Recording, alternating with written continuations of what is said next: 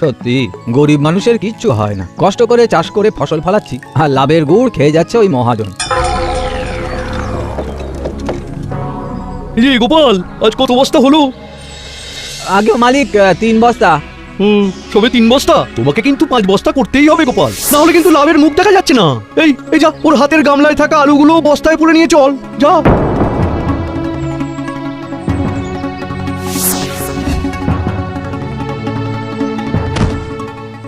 হুজুরকে কি বলবো আমার মজুরিটা এবার থেকে একটু বাড়িয়ে দিতে?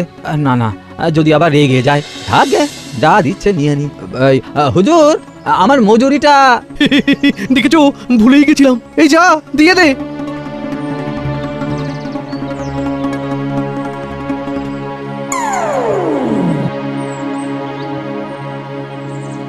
হ্যাঁ, আর কতদিন এইভাবে হাত পেটা খেয়ে পেটে গামছা বেঁধে কাটাবো বলো দেখি? কি করবো বলো, মহাজন যা দেবে তাই তো নিতে হবে। কেন? উদয়াস্ত খেটে তুমি ফসল ফলাবে আর তার সবটুকু লাভ মহাজন নিয়ে যাবে। এটাই জগতের নিয়ম গো, চাষিদের ক্লান্তি আর মহাজনের শান্তি। কালকে গিয়ে মহাজনকে হকের কথা একবার বলেই দেখো না গো। বলবো, কিন্তু যদি না মানে? আচ্ছা দেখি। না, আজ যেভাবেই হোক মহাজনকে নিজের হকের কথাটা বলতেই হবে। আমি করব চাষ আর মহাজন করবে সুখে বাস। না না না, এ চলতে পারে না। গোপাল, কি বলছো বিড়বিড় করে? না মানে বলছিলাম হুজুর, ওই আর কি, মানে 5 বস্তা করে দিয়েছে হুজুর। বাবা গোপাল, একেবারে খাঁটি চাষা তুমি। এই তোরা হাঁ করে দাঁড়িয়ে দেখছিস কি? তাড়াতাড়ি আলুর বস্তাগুলো তোল। গোপাল ফলাবে ফসল আর আমি গুনবো সুদ সমেত আসল।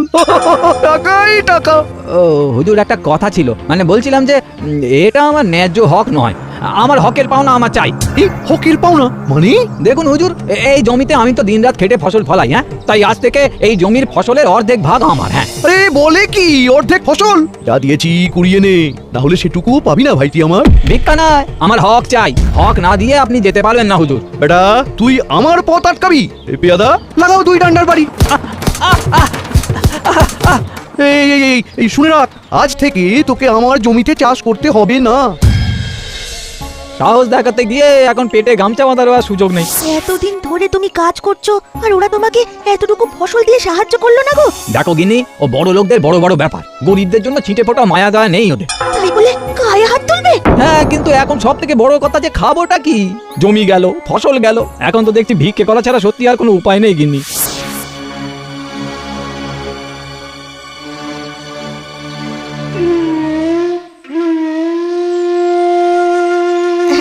শুনছো, ঘরে তো একটা দানাও নেই আর বিক্রি করার মতো কোনো জিনিসও তো নেই গো।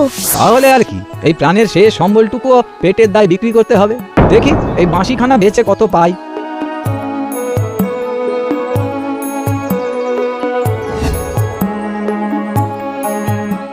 এ কটা পয়সায় 2 দিন চলে যাবে। যাই তাড়াতাড়ি ঘরে যাই, বউটা আবার না খেয়ে বসে আছে। বাবা, কতদিন পেটে কিছু পড়েনি, কিছু দয়া করে দাও না বাবা।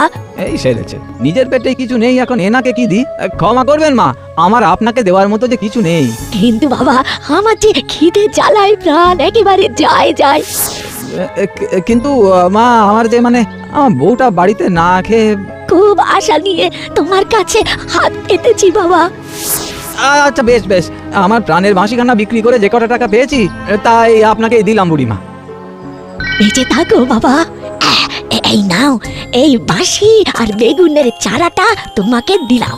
চারাটা বাড়িতে গিয়েই পুঁতে দিও কিন্তু, আর মনের আনন্দে এই বাঁশিখানা বাজিও, দেখবে সব কষ্ট দূর হয়ে যাবে। এই যা, বুড়িমা গেল কোথায়? উড়ে গেল নাকি? ও, তুমি এসে গেছো? দাও। ও মা, তোমার হাত খালি কেন? আর বলো কেন, আমি তো সেই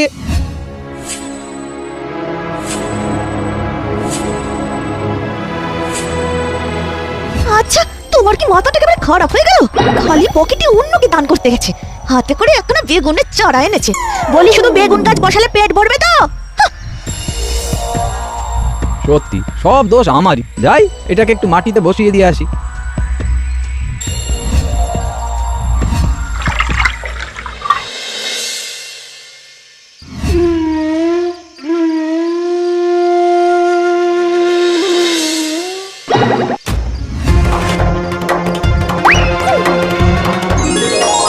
কি আমি ঠিক যাচ্ছি তো? সোনার বেগুন ফলেছে। ও গিন্নি, গিন্নি, আরে দেখো গো, দেখবে এসো কি কাণ্ড। আবার কি অঘটন কি এই তো সোনার বেগুন। আরে তাহলে আর বলছি কি গিন্নি, ওই বুড়িমা স্বয়ং ঈশ্বর ছিলেন গো, বাঁশি বাজালে সোনার বেগুন ফলছে।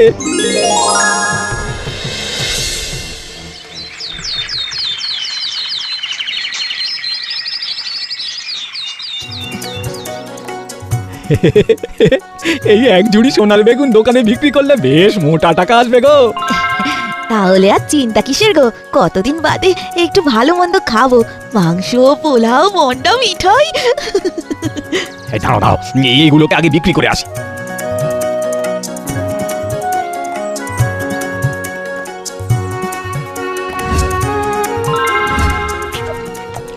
ও গিন্নি, রান্নাটা যা করেছো না। খাও খাও, পেট ভরে খাও দেখি।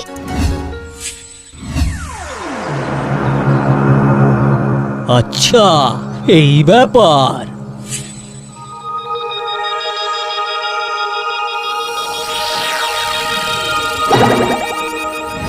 বাবা গোপাল, ও গোপু, কি করছো কি বাবা? শোনা গো আমার, সেদিন দুটো কু কথা বলেছি বলে রাগ করছো নাকি? আরে হুজুর যে, আসুন আসুন। এই এই এই এই দে দে দে দে 2 বস্তা আলু দিয়ে দে। নাও বাবা, নাও গোপু, এগুলো তোমার হক। না হুজুর, এই ঈশ্বরের কৃপায় সবই আছে আমার, এখন কিছু লাগবে না। এই না না না না, তা বললে হয়? হ্যাঁ, তুমি আমার জমিতে ফসল ফলিয়েছো, জমির অর্ধেক তো তোমারই হক।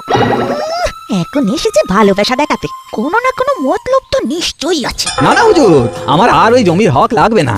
বুঝেছি বুঝেছি, এখন আর আমাকে দরকার নেই। শুনলাম তুমি নাকি সোনার বেগুন ফলাচ্ছ, ভালো ভালো, খুব ভালো। তা সেই বেগুন আছে কোথায়? ঠিক ধরেছিলাম, মতলব আছে। হ্যাঁ? না হুজুর, মানে সেই রকম কিছু তো নয়। আরে আমাকে বলো না কোথায় আছে। আরে আমাকে বললে তো আর গ্রামের লোকেরা টের পাবে না। সত্যি বলছি হুজুর, আমার কাছে কোনো সোনার বেগুন নেই। তবে রে বেটা, বলবি না? এই পেয়াদা, দুজনকেই ওই গাছের সাথে দড়ি দিয়ে বাঁধো তো।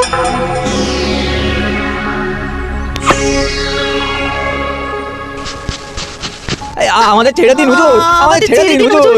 তোরা তাড়াতাড়ি দেখ ওই সোনার বেগুন কোথায় আছে। হুজুর, সোনার বেগুন না খুঁজে জমি থেকে সোনার বেগুনের গাছটা নিয়ে গেলেই তো হয়। ঠিক বলেছিস বাবা, বাবা বাবা, দাঁড়া।